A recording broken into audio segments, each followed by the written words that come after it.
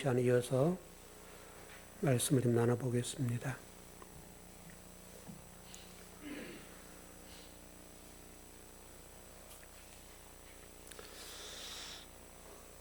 우리가 지금 살아가는 인류라고 하는 것은 과거, 현재, 미래 모든 것을 총칭해서 어떤 싸움을 싸워가고 있는가? 어떤 부단하게 과거나 현재, 미래에 싸움이 있는데 그 싸움은 뭘까? 일단 그렇게 좀 정리가 되는 것 같아요. 진리와 비진리의 싸움. 이게 아마 가장 클 것 같고요. 또 거짓 성전과 새 성전의 싸움. 아마 이 싸움이고요. 하나님은 비진리와 거짓 성전에 대해서는 어떻게 하시는가에 관해서 성경이나 역사를 통해서 보면 거짓 성전과 비진리를 흩어버리시고 새 성전으로 세워가신다. 이게 성경의 결론이죠.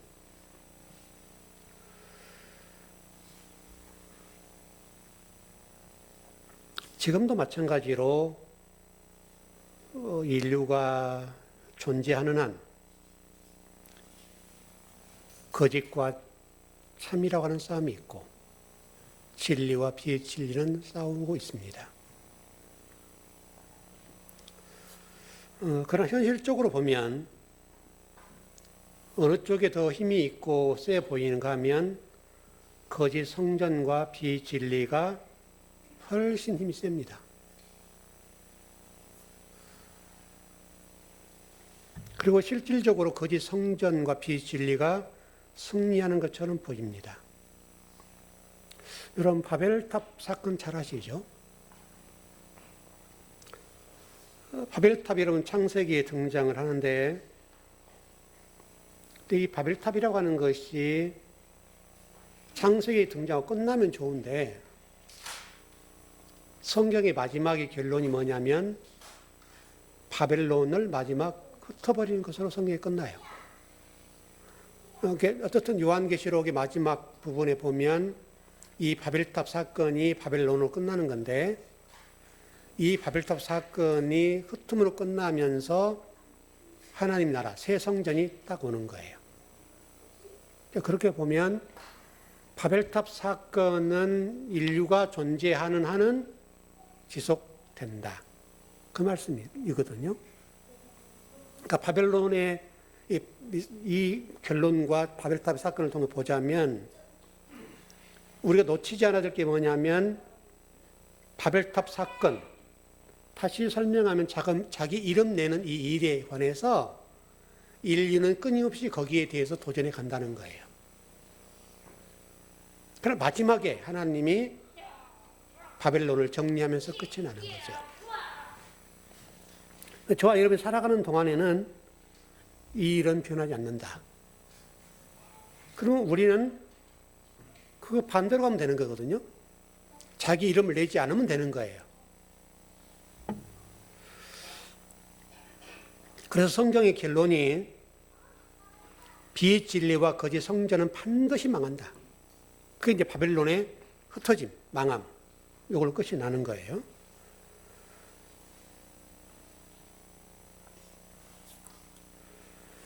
그럼 한 가지 질문이 좀 해봐야 되겠습니다. 현재도 마찬가지고 미래, 과거 다 마찬가지인데 창세기 10장, 11장에 등장하는 이 바벨탑의 사건, 왜 사람들은 바벨탑을 쌓으려고 할까? 물론 우리 결론이 이미 들었습니다. 이 장면이 재미있다는 거예요. 왜냐하면 우리가 과거나 현재나 미래를 통해서 보면 인류 역사가 자기 이름을 내려고 했던 사람들은 한결같이 망하거든요.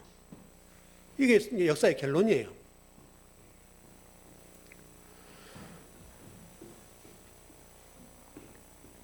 그래서 저와 여러분이 이 바벨탑 사건을 제대로 볼 수만 있다면 저와 여러분의 삶이 훨씬 더 좋겠죠. 그러니까 일단 좀 정리해 보면 바벨탑의 사건은 일단 자기 이름 내는 거잖아요. 그러면 일단 이런 질문이 우리에게 있어야 되는데 왜 사람들은 바벨탑을 쌓으려고 할까? 그러니까 자기 이름 빼고요. 이건 이제 우리가 결론을 아는 건데 일단 그런 사람들은 왜 그 당시에 바벨탑을 쌓으려고 했을까? 이런 질문이 있어야 돼요. 왜냐하면 본성적인 질문이니까. 그러면 우리가 창세기로 넘어가서 이 부분을 유심히 쳐다봐야 되는데 이 사람들이 바벨탑을 쌓으려고 했던 가장 근본적인 이유가 뭐냐 이거죠.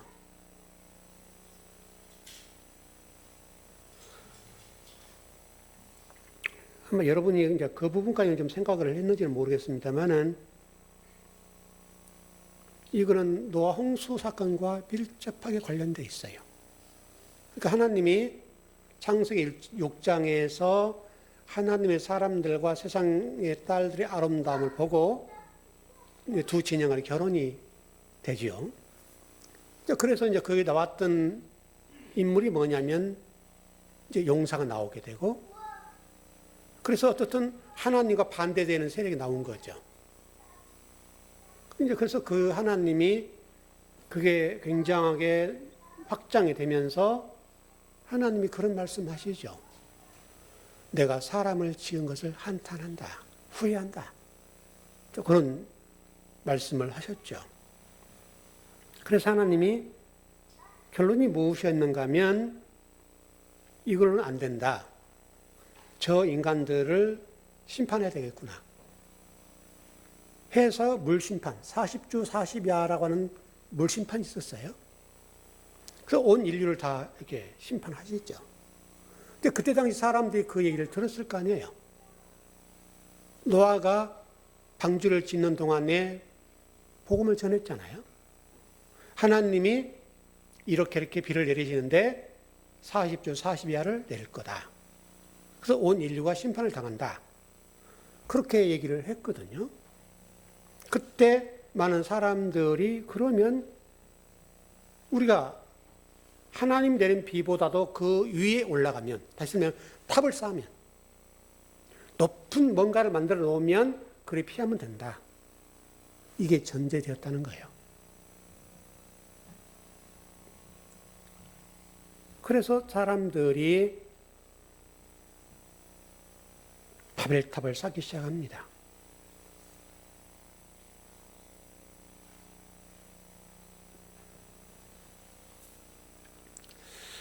저와 여러분이 이 바벨탑 사건에 관해서 이런 어떻든 흐름을 이해해야 성경을 명확하게 볼 수가 있고요. 우리의 근원적인 것을 볼 수가 있어요. 여러분, 우리가 그 지난 주간에 그 사사기 공부하면서 이런 공부를 했었어요.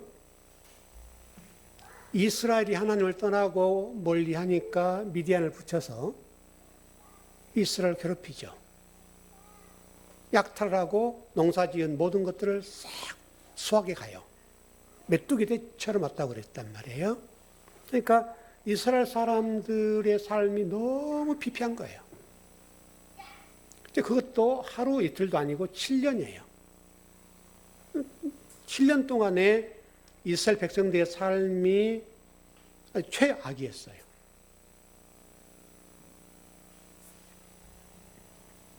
그랬으면 우리가 바벨탑 사건 똑같은데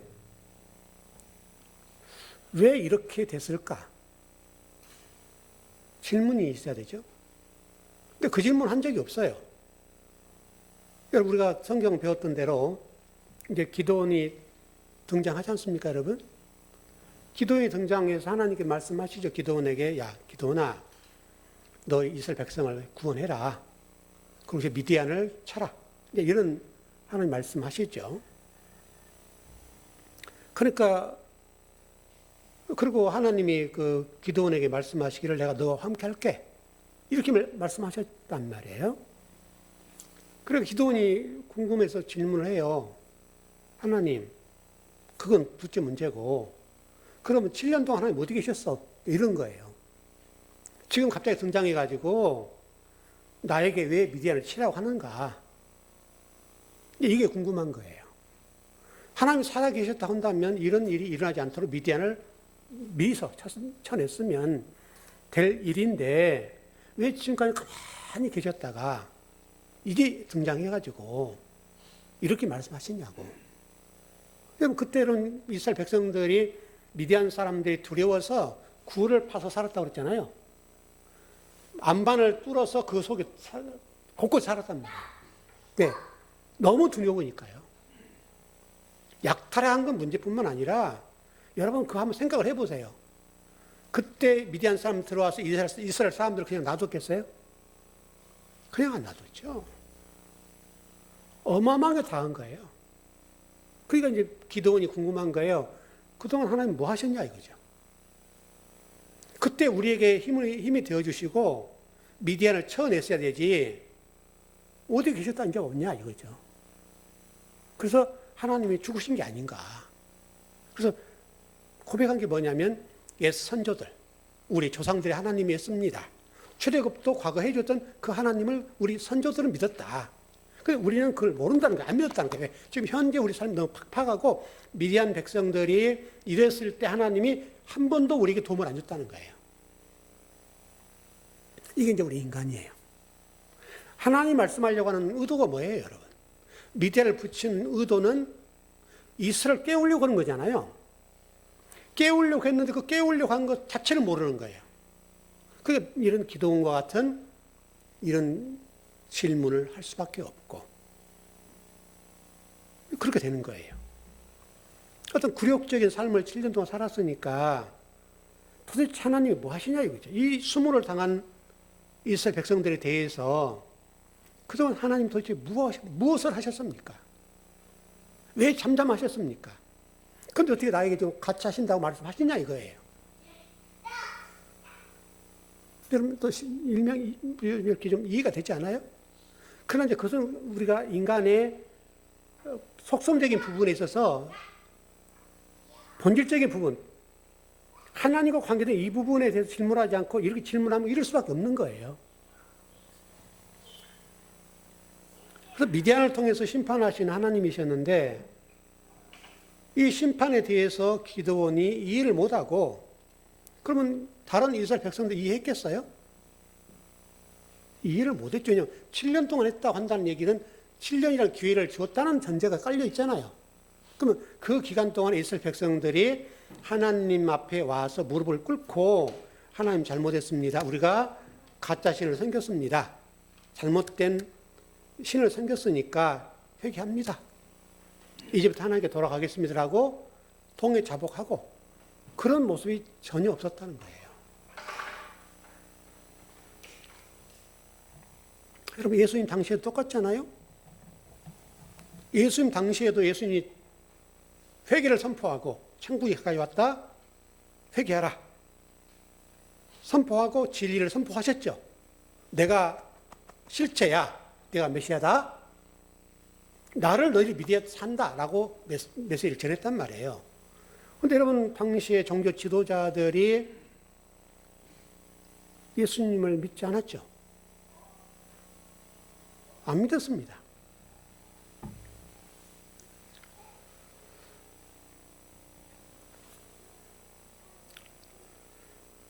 물론 그런 부분이 있습니다. 우리 성경 전체를 보면 제가 일전에 한번 그 설교도 했는데 하나님이 지금 미디안을 보셨죠. 이스라엘 백성도 보셨죠.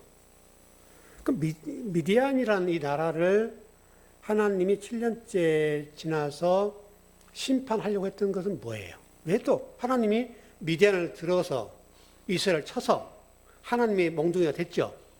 그렇으면 잘했다 이렇게 해야 되는 부분이죠. 근데 하나님이 미디안을 이제 심판한단 말이에요. 그럼 또 이게 뭐냐고 이게 또요. 그래서 일전에 여러분 제가 오래전에 설교를 했었는데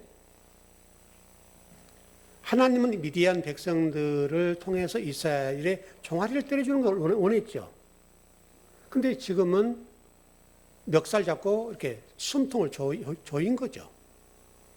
그러니까 하나님의 아들이잖아요. 아들을 정신 차리게만 해줘야 되는데 미디안이 그러지 않지요. 일단 그 부분도 깔려 있는 거예요, 여기에. 아들에 대한 하나님의 아픔. 그래서 이제는 안 되겠구나 해서 미디안을 기드온에 붙여서 300명 용사가 그들을 처리를 하는 거예요. 이렇게 좀 가고요. 자, 오늘 본문의 말씀도 여러분 잘 보세요. 오늘 본문의 말씀이 여러분 참 포도나무에 관련된 부분과 하나님 아버지가 농부다라고 하는 게 초점이지 않습니까? 그리고 열매, 요 세 가지잖아요, 지금. 근데 성경을 하나님이 설명할 때 내가 참 포도나무다 이렇게 말씀하시지 않습니까? 이렇게 말씀하신 것은 이스라엘 백성들이 이미 우리가 그 복음서의 앞부분에 보면 예수 그리스도라는 분이 어떤 분인지에 대해서 이미 선포해 하셨다고요. 근데 안 믿잖아요. 그러니까 그리스도를 설명하려고 하는 건데 그리스도를 설명해도 못 알아들으니까 이제 하신 말씀이 포도나무예요. 포도나무가 여러분 그리스도는 아니잖아요. 이해되시죠? 참 포도나무다라고 하고 들포도나무도 있는데 참 포도나무다 말씀하신 것의 핵심은 실체를 설명하려고 하는 거죠.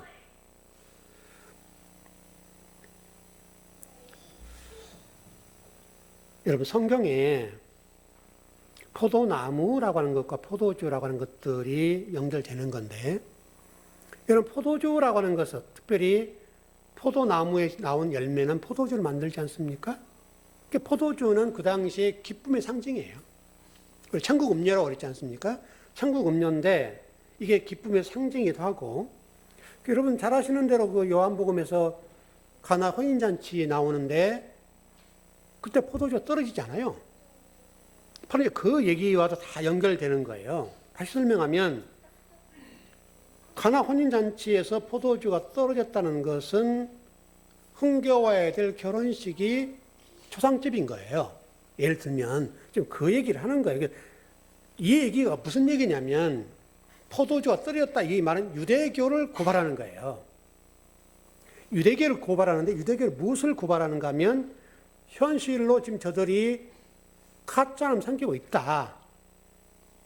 지금 유대교라고 하는 어떤 교회는 기쁨이 없다는 거예요. 그래서 돌 항아리 6개가 등장하게 되고 정결규례라고 그랬지 않습니까? 그 돌 항아리에 그게 비었어요. 그러니까 돌 항아리 6개는 율법을 상징하기도 하고 그렇단 말이죠. 어떻든 간에 지금 유대교 안에 기쁨이 사라진 종교의 모습. 사실은 겉만 붙잡고 있는 거예요, 지금.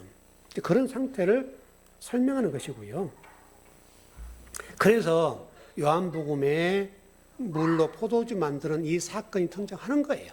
그건 그냥 물이 포도주였다 여기에 초점 있는 게 아니라 이 이야기를 통해서 유대교의 지금 현재 모습 그거를 설명하는 거라고요. 자, 그리고요. 그럼 6월절 되면 여러분 아시는 대로 떡과 포도주를 나눠주죠. 떡과 포도주. 떡과 포도주라고 하는 것은 예수 그리스도의 살과 피죠. 일단 이런 포도주라는 사건을 통해서 그 얘기를 하려고 하는 거예요, 지금요. 여러분 창세기 1장 11절 한번 가봐요.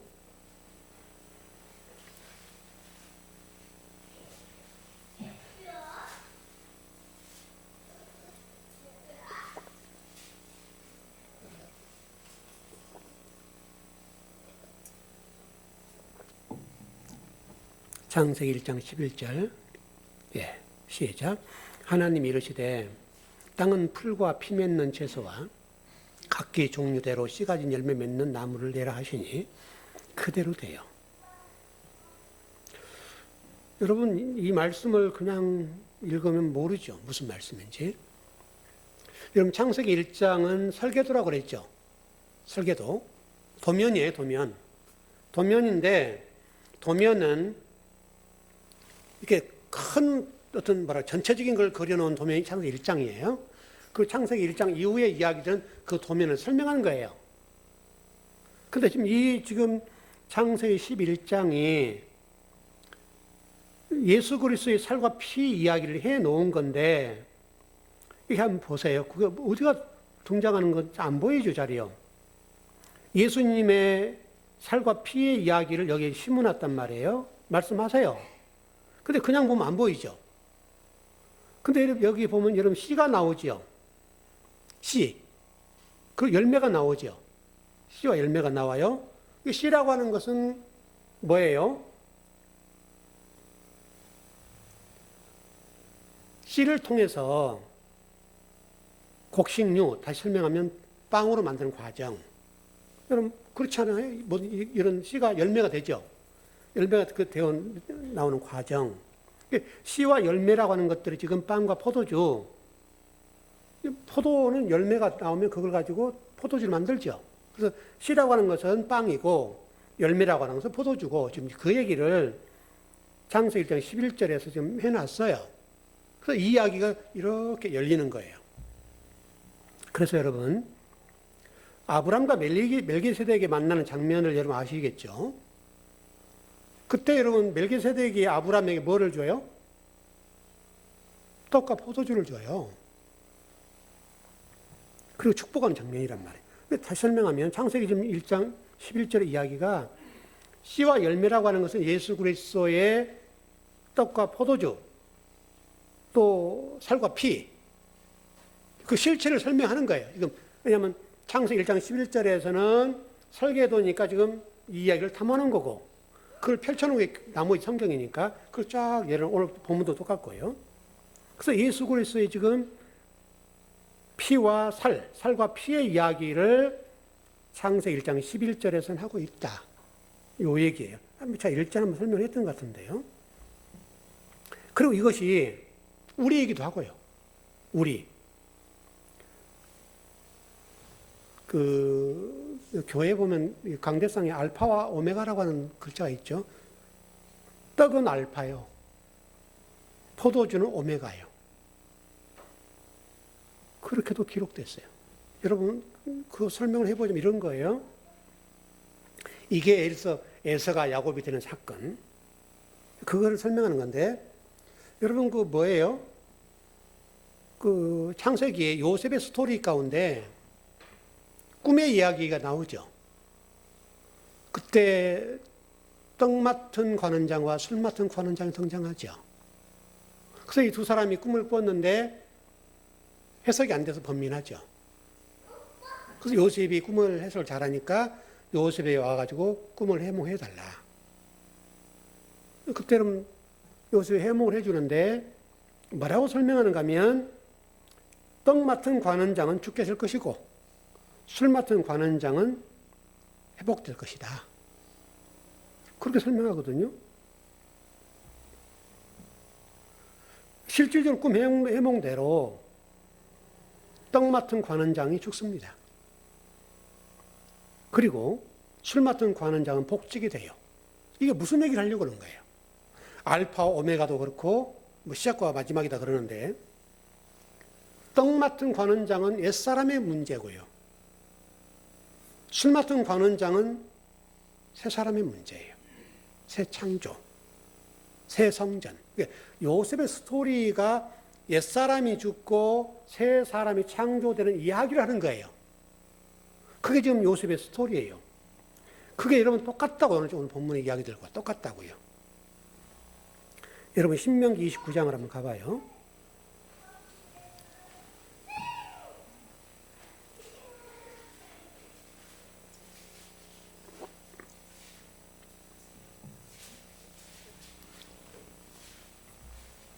이 본문들 때문에 조금 헷갈리는 본문인데요.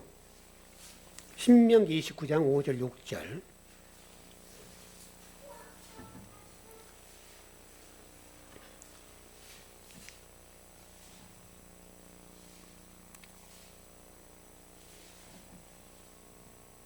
시작. 주께서 40년 동안 너희를 광야에서 인도하게 하셨거니와 너희 몸의 옷이 낡아지지 아니하였고 너희 발의 신이 헤어지지 아니하였으며 너희에게 떡도 먹지 못하며 포도주나 독주를 마시지 못하게 하셨음은 주는 너희의 하나님 여호와이신 주를 알게 하려 하심이니라. 자, 반대 구절이요. 신명기 14장 23절입니다.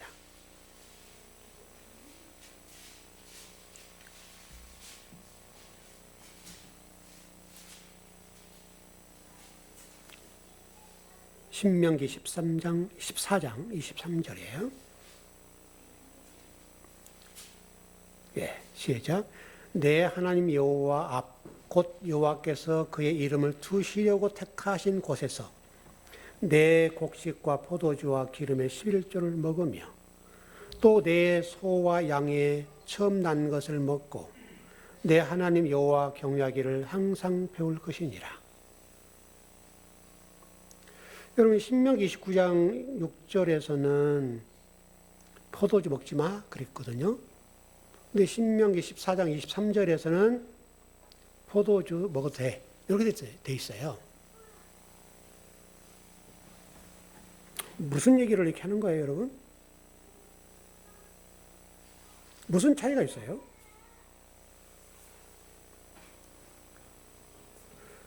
근데 여러분 그 신명기 14장 23절에서 뭐라고 얘기하냐면 그의 이름을 두시려고 택하신 곳에서 거기서 마셔도 된다. 그랬죠. 성경을 잘 보세요. 뭔가 의도가 있는 거죠. 포도주라고 하는 것은 아까 신명기 29장에서는 먹으면 안 돼. 이렇게 돼 있고 14장 23절에서는 먹으라 그랬는데 조건이 달려 있어요. 그의 이름을 두시려고 택하신 곳에서는 마신다. 그럼 무슨 얘기예요? 포도주라고 하는 것은 안식 음료고 안식이 성취되었을 때, 다시 말하면 저와 여러분이 진리가 되었을 때 마시는 음료야. 그래서 노아가 방주의 생활을 다 끝내고 땅에 발을 딛는 순간에 포도주를 마시죠. 하나님의 제단을 쌓고 포도주를 마시죠. 그 얘기를 이렇게 하는 거예요. 그러니까 사람들은 이 본문들 때문에요. 복잡해요.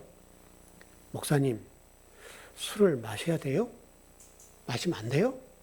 이것 때문에 술 마시면 천국 가요? 뭐 지옥 가요? 뭐 못 가요? 막 이런 논쟁을 하는데. 그래서 안 믿는 사람들도 많이 이 문제 가지고 기독교인들 공격을 해요. 또 성도들도 이 문제 가지고 골치가 좀 아프죠.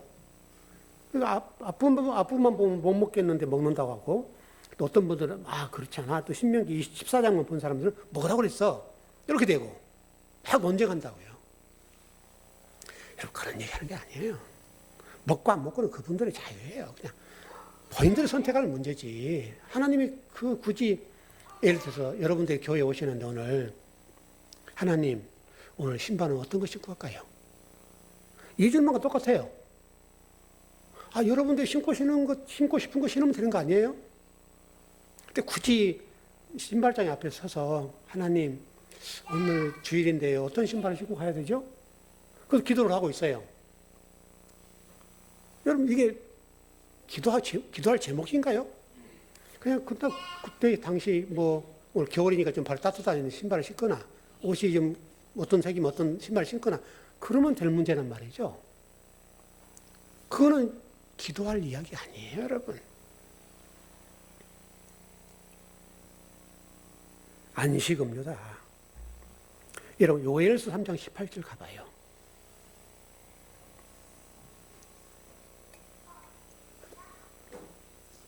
요엘 3장 18절.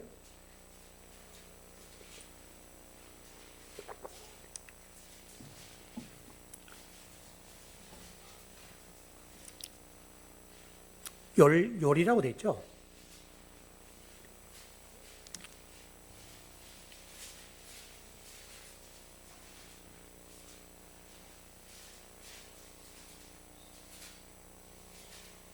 하나님 나라를 설명하는 건데요. 한번 잘 봐보세요.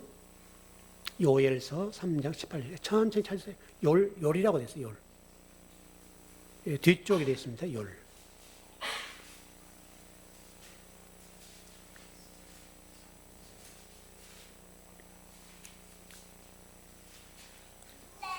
지금 장수가 많지 않아서 찾기가 힘들죠.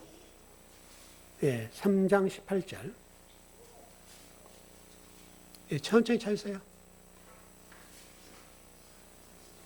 뭐 급한 일도 아니니까 뭐.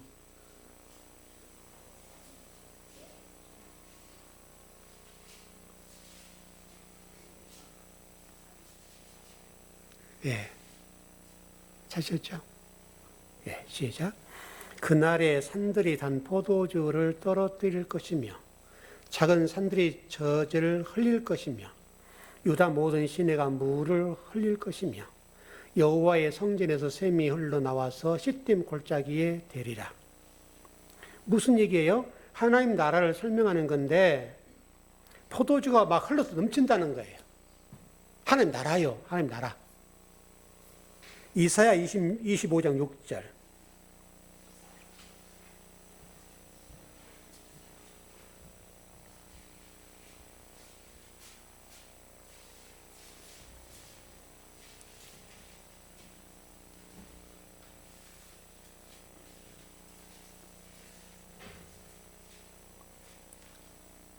이사야 25장 6절입니다. 포도주가 종말의 음료라는 것인데 그걸 말씀하는 말씀이에요. 예, 시작. 만군의 여호와께서 이 산에서 만민을 위하여 기름진 것과 오래 저장하였던 포도주로 연회를 베푸시리니 곧 골수가 가득한 기름진 것과 오래 저장하였던 맑은 포도주로 하실 것이며 포도주가 종말 음료다. 그 얘기를 좀 이렇게 하는 거예요. 그렇다면 종말은 언제일까요? 정리를 하자고요. 종말이 언제죠, 여러분? 성경에 보면 종말은 그날 그렇게 돼 있단 말이에요. 그럼 그날이 언제예요?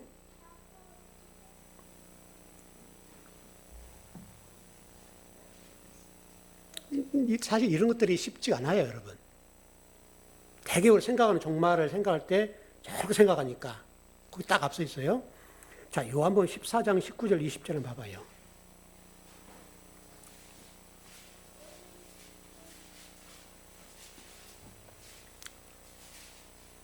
요한복음 14장 19절에서 20절입니다.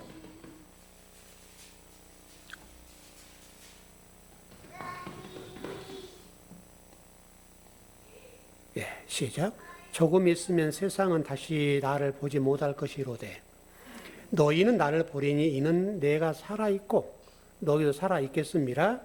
그날에는 내가 아버지 안에 너희가 내 안에 내가 너희 안에 있는 것을 너희가 알리라. 언제예요? 그날이 언제예요?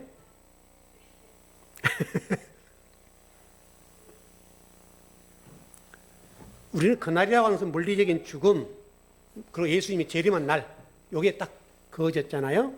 여기 성경을 잘 봐보세요. 그날에는 물리적이고 생물학적인 죽음을 얘기하는 것이 아니라 간단하게 얘기하면 여러분에게 천국이 임하는 날, 여러분이 진리가 된 날, 하나님 나라가 완성된 날. 여러분, 그게 종말이에요. 우리 태초도 배웠죠, 여러분. 태초, 창세기 1장 1절에 태초. 태초가 지금으로 보면 역사적으로는 6천년 전이라고 성경 역사로 본다면 그게 태초예요. 근데 6천년 전 사건이 태초인데 그 태초라고 하는 것은 지금도 태초일 수 있어요. 아시죠, 여러분? 이해되셨죠, 그거? 그러니까 종말이라고 하는 게 뭐냐면 그리스도를 만나버린 날. 여러분, 그래야 되지 않겠어요? 그때는 포도주를 먹어도 된다 이거예요. 여러분 술로만 이해하시면 안 돼요.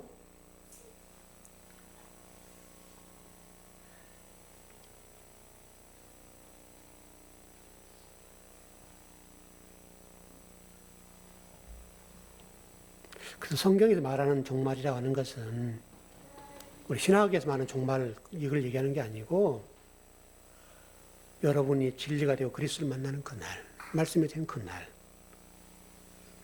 그 날이 종말이에요. 그래서 여러분 우리는 천국을 산다고 하잖아요. 그래서 둘째 사망이 없다고 얘기하잖아요. 성경을 종합적으로 세트로 보자면 그게 정리가 돼야 돼요. 그래서 그날에는 포도주라는 음료를 마셔도 된다. 그래서 여러분 예수님께서 보세요. 바리새인들과 종교 지도자들이 예수님을 어떻게든지 죽이려고 꼬투리를 잡죠. 그러니까 눈을 우리가 시퍼렇게 떴다 그런 얘기를 하는 것처럼. 근데 여러분 예수님은 꼭 그 사람들 보는 앞에 술을 마시잖아요. 포도주를 마시잖아요. 그래서 포도주를 즐기는 사람이라 이렇게 하잖아요. 이게 의도가 있는 거예요, 이게.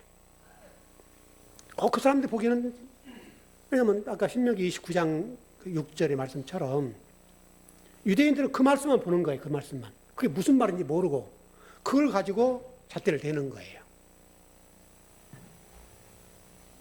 여러분 창세기 49장으로 가봐요.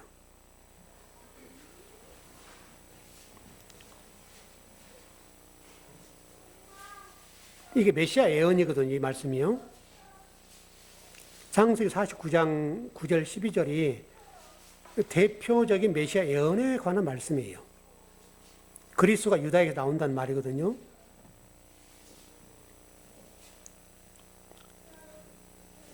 창세기 49장 9절 12절. 예, 시작. 유다는 사자 새끼로다. 내 아들아 너는 움킨 것을 찢고 올라갔도다. 그가 엎드리고 웅크림이 수사자 같고 암사자 같으니 누가 그를 범할 수 있으랴. 규가 유다를 떠나지 아니하며 통치자의 지팡이가 그 발 사이에서 떠나지 아니하기를 실로가 오시기까지 이르리니 그의 모든 백성이 복종하리로다. 그의 나귀를 포도나무에 매며 그의 암나귀 새끼를 아름다운 포도나무에 맬 것이며 또 그 옷을 포도주에 빨며 그의 복장을 포도즙에 빨리로다. 그의 눈은 포도주로 인하여 붉겠고 그의 이는 우유로 말미암아 희리로다. 성경에 재밌는 것이 유다가 예수님을 팔죠. 근데 그 예수님은 누구에게서 와요? 누구의 피해서 와요? 유다에게서 와요. 이게 성경이 참 재밌다고요.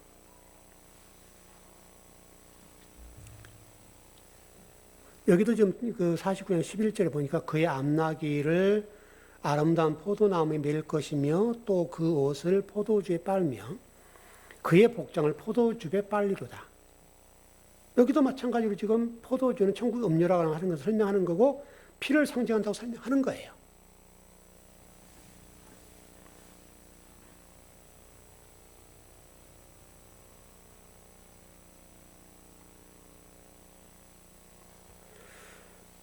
본문 읽으려면 시간이 가는데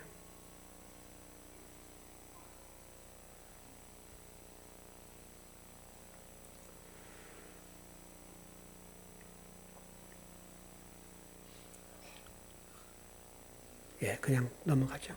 2절 한번 봐보죠. 2절. 1절 설명한 거 지금까지. 1절의 결론은 열매를 맺지 않으면 안 된다. 그래서 그렇게만 정리하자고요. 다 설명하려고 하니까 좀 복잡하고. 2절. 예, 시작. 물은 내게 붙어 있어 열매를 맺지 아니하는 가지는 아버지께서 그것을 제거해 버리시고 무릇 열매를 맺는 가지는 더 열매를 맺게 하려 하여 그것을 깨끗하게 하시느니라.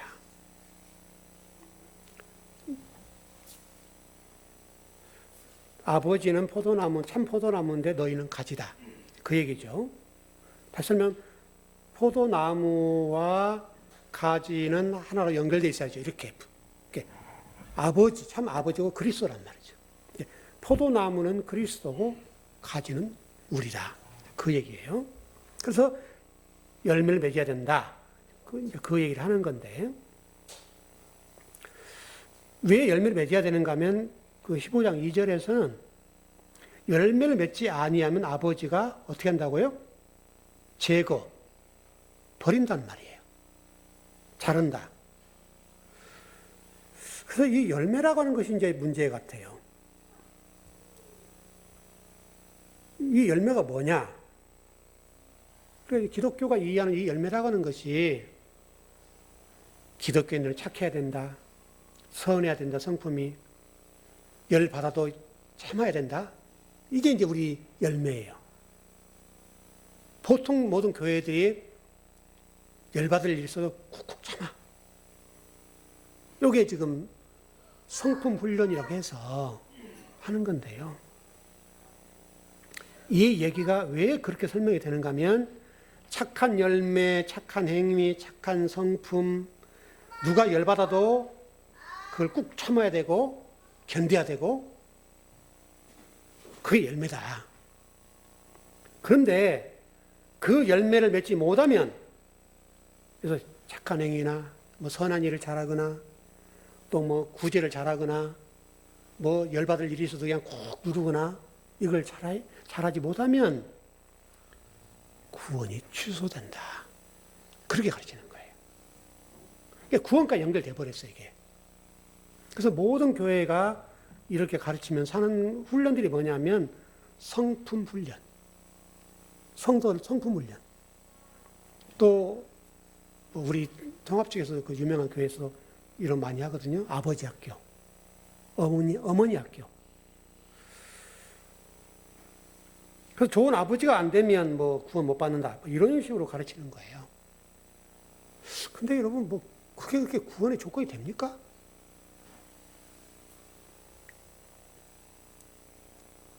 우리의 성품이나 뭐 착한 행위들이 훈련한다고 조금은 바짝 하겠죠. 예를 들어서 여러분 금식하면 똑같은 건데, 금식이나 이런 훈련이나. 금식하면 못 먹으니까 배가 고프잖아요? 기운 빠지죠? 그게 기운이 빠지니까 어때요? 화낼 일도 못 내는 거예요. 그래서 그냥 비실비실 하는 거죠. 근데 여러분, 금식 끝내고 미음 한 그릇, 한 숟가락만 딱 먹어봐요. 금식 해보신 분들은 아시죠? 저도 금식 많이 해봤어요. 딱 한 숟가락, 이거 뭐예요, 이게? 목구멍? 이걸 타고 내려가는 순간, 이게 확 올라와요. 본성이 회복된단 말이죠. 그러니까, 이거 가지고 이게 정리가 되는 게 아니에요. 이론적으로는 도움이 될 수 있어요. 그래서 성경은 여러분, 이것이 여러분의 구원의 전제 조건이 아니라 성경의 창세기부터 요한계시록까지는 은혜의 교리예요. 은혜 교리. 성경 전체가 그걸 설명하는 거예요.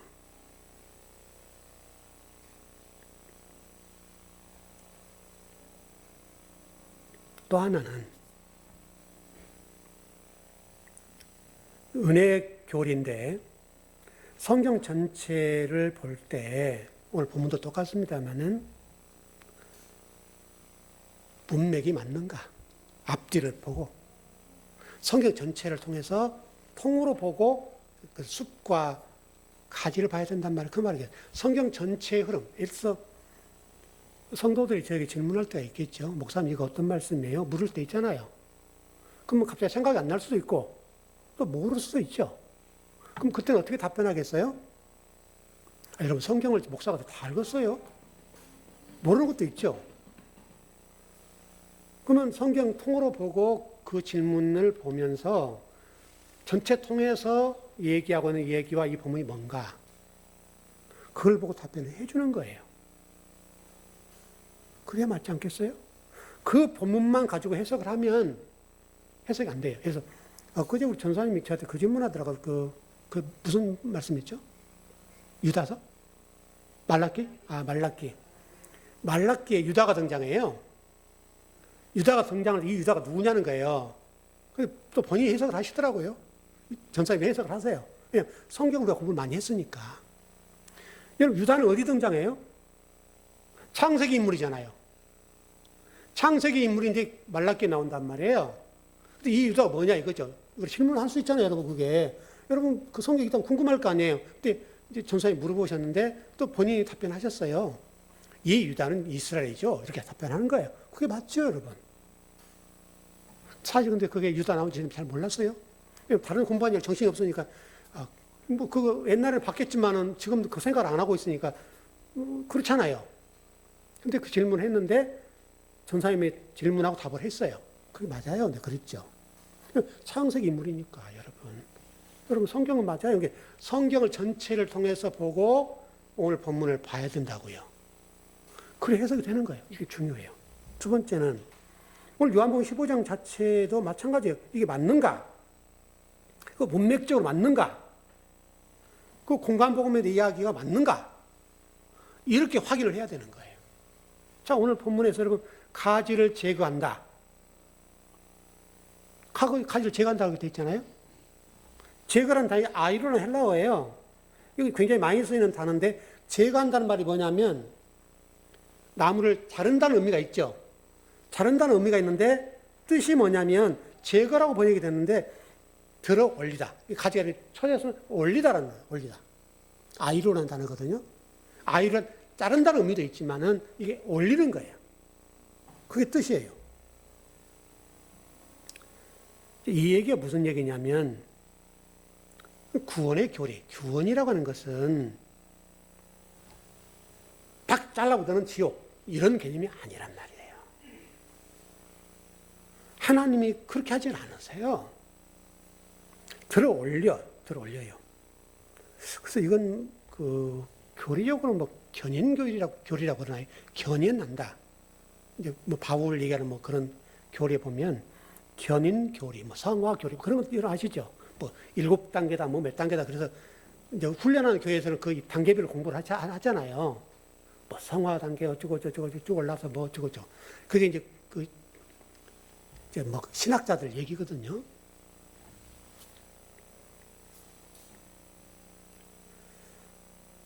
자, 한번 보죠. 마태복음 3장 8절 시간이 다 됐는데 빨리 정리를 해볼게요.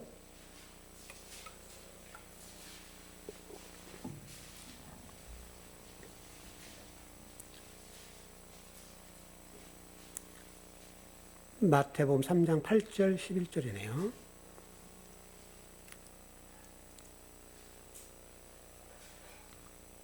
이 본문을 어떻게 해석해야 될까 그런 얘기죠. 네, 시작. 그러므로 회개 합당 열매를 맺고 속으로 아브라함이 우리 조상이라고 생각하지 말라. 내가 너에게 이르노니 하나님이 능히 이 돌들로도 아브라함의 자손이 되게 하시리라. 이미 도끼가 너희 나무 뿌리에 놓였으니 좋은 열매를 맺지 아니하는 나무마다 찍혀 불에 던져지리라.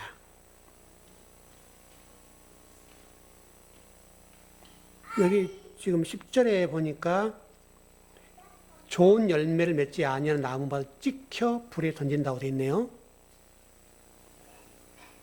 찍힌다는 말은 어떤 의미일까요?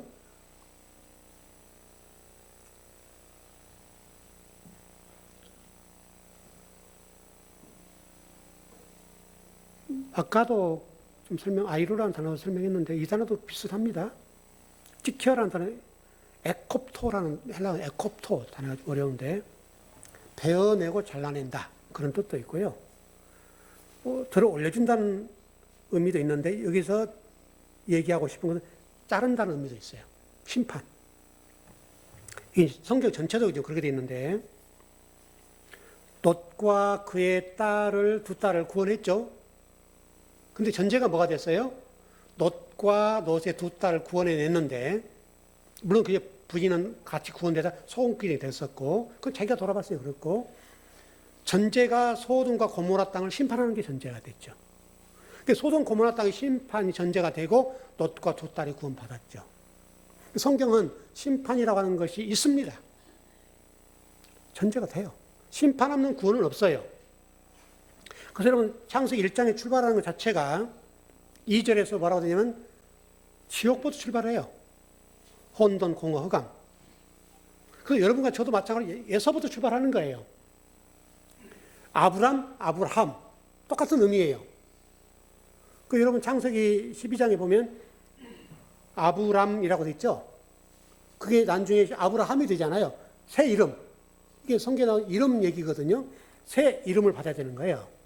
그래서 우리는 성도, 신부, 그런 의미인데요. 노아 홍수도 마찬가지로 인류를 심판하고 노아 가족을 구원하는 사건. 심판 없이 구원은 없어요. 이스라엘도 심판 없이 회복이 없어요. 이게 농부 비유를 때 설명하는 건데, 그러나 심판이란 전제는 심판이 목적이 아니에요. 여러분 그 남자분들은 나무에 관심이 많을 텐데, 그 뭐랄까요, 과실수라 할까요, 그냥 과실수가 있다면 반드시 지금 겨울에 전정을 해줘야 됩니다. 그 전정을 하는 목적은 미워서가 아니에요. 나무의 수영을 잘 잡아줘야 됩니다. 그래서 이 한 나무에 몇 개 나무가 달릴 것인지 그걸 계산하고 필요 없는 가지들을 잘라줘야 돼요. 자르는 목적은 일단 나무가 토실토실 예쁘게 잘 자라게 하기 위한 목적이고, 전지의 기본적인 것 가운데 기본이 뭐냐면 바람, 통풍, 햇빛이 들어가게 하는 거예요. 네. 이렇게 나무가 돼 있으면 이 나무는 죽어요. 왜 죽냐면 나무가 잎이 나고 잎사귀가 커지면 햇빛이 들어가지 않죠. 그래서 이걸 잘라주는 거예요. 자르는 입장에서는 아프죠. 아프지만 자르는 거예요. 왜? 전체 가지, 전체 나무를 위해서. 전쟁이라고 하는 게 그거예요. 농사도 마찬가지로 여러분 그 농사 짓는데 가장 어려운 게 뭔지 아세요? 풀전쟁이에요, 풀전쟁. 풀 때문에 못 해봐요. 근데 그 풀을 제거하지 않으면 안 돼요. 농사를 지을 수 없어요.